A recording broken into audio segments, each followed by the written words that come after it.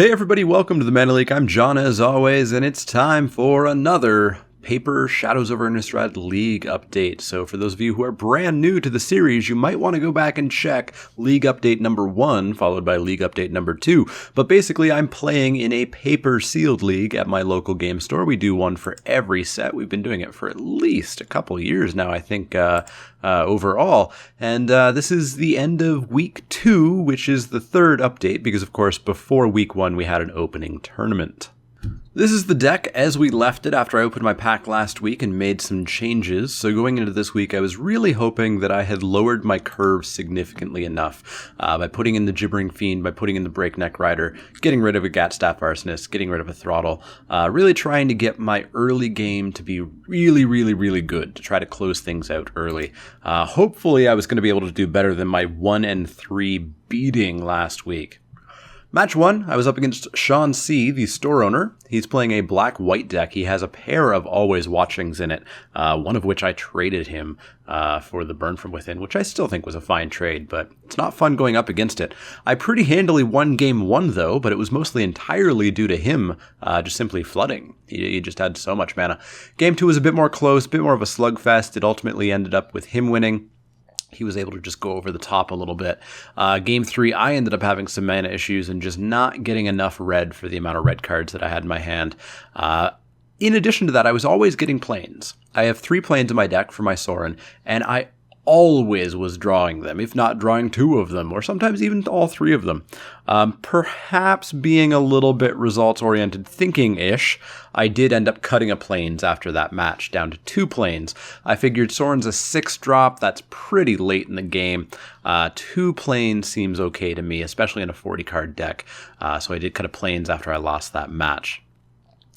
Match 2, I was up against Alex, who's playing red-white. He was not playing red-white last week when I played him. I can't remember offhand what he was playing. I think it was blue-red or something like that. But he's playing red-white now. It's kind of an aggressive deck. Game 1, Sorin finally came down.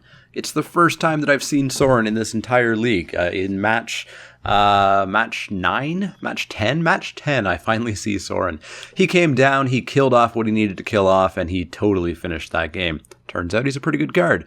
Game 2 was much closer with a solid aggro board on both sides. I fell to the speedier red-white deck, however. Game 3, we traded hits a fair bit, but I was able to get in for a big swing of 6 damage with a nicely timed Voldaren Duelist. He stabilized a little bit at 8 life, but I got a Gibbering Fiend down with Delirium. Sinister Concoction plus Burn From Within plus the Fiery Tempers really helps fuel Delirium quite a bit. In addition, I have Heir of Falconwrath to discard, and Tormentor to discard, and Mad Prophet to discard. So Delirium does turn on, so I was able to ping him to death there. So I finally got a match win back, so I was 1-1 this week. Going into match 3, I was up against Matthew R. He's playing black-red as well, which a large number of people are in the league. It's a solid deck. It was a total mirror match. He was playing a lot of the same cards that I was playing. Game 1, I dropped him to just superior aggro. I was able to get more guys down and hit him faster than he could me.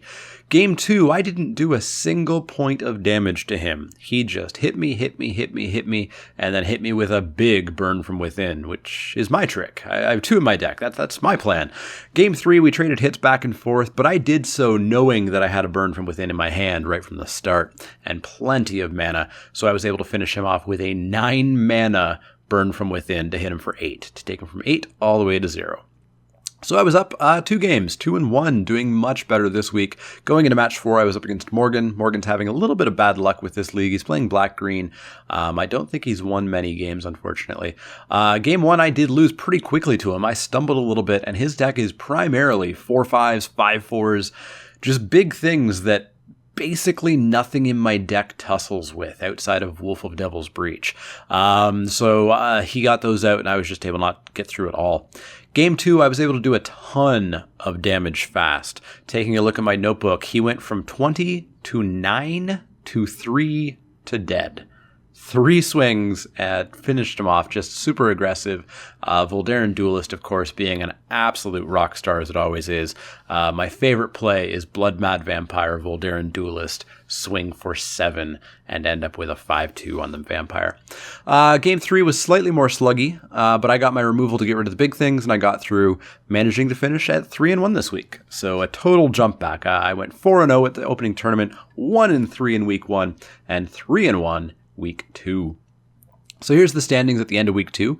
Matthew K, getting caught up on matches, skyrocketed into first place. He's tied points-wise, at least, with Kieran, but of course he has the tiebreaker opponent match win percentage, just edging him out to first place currently.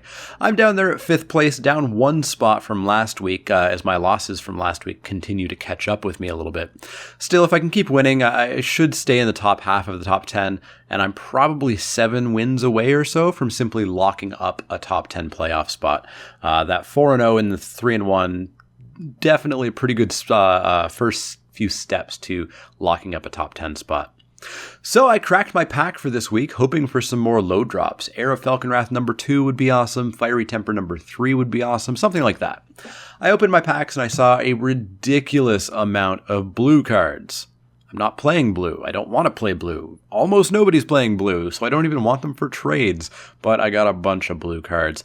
I got a bunch of black cards that I'm already playing and looking to cut anyways, like a Farbog Revenant and a Vampire Noble. In red, there was a Gibbering Fiend, which, the first one did a lot of good this week. A second one would lower my curve, and if I start to go Delirium, might actually be a thing. And I did get a Thraben Gargoyle, which arguably could replace a Village Messenger or something, and that would help fuel Delirium, and it would also help set up kind of a roadblock for other aggro decks. Now, you might notice there's no rare in this pack. There was a rare in this pack, and it was Nahiri. It was Nahiri. It was Mythic number 4 in my pool of 9 packs so far. And not only that, but it's a playable card because I'm playing red and I'm already splashing white for Sorin. So Nahiri can definitely fit right into my deck. It'll mean putting that 1 planes that I cut back in, but I think that's totally worth it to have 2 planeswalkers in my deck. So here's the deck as it was at the start of the week. I'm going to continue to try to lower the curve, dropping the Farbog Revenant that I have left in the deck in favor of another Gibbering Fiend. To help fill Delirium and to roadblock any opposing aggro, I am going to put in that Thraben Gargoyle in place of the Village Messenger. Messenger is fine, but it's not good, and I think the Thraben Gargoyle being a roadblock, as well as being a Delirium enabler, as well as being just a finisher if it gets that late in the game, I think is just a totally fine switch. Finally, Nahiri, of course, gets a spot. I don't want to replace a creature, as I am probably 1 creature less than I would like to be, although the fact that all of my non-creature spells are removal is probably totally fine. But I am going to take out that Throttle for Nahiri.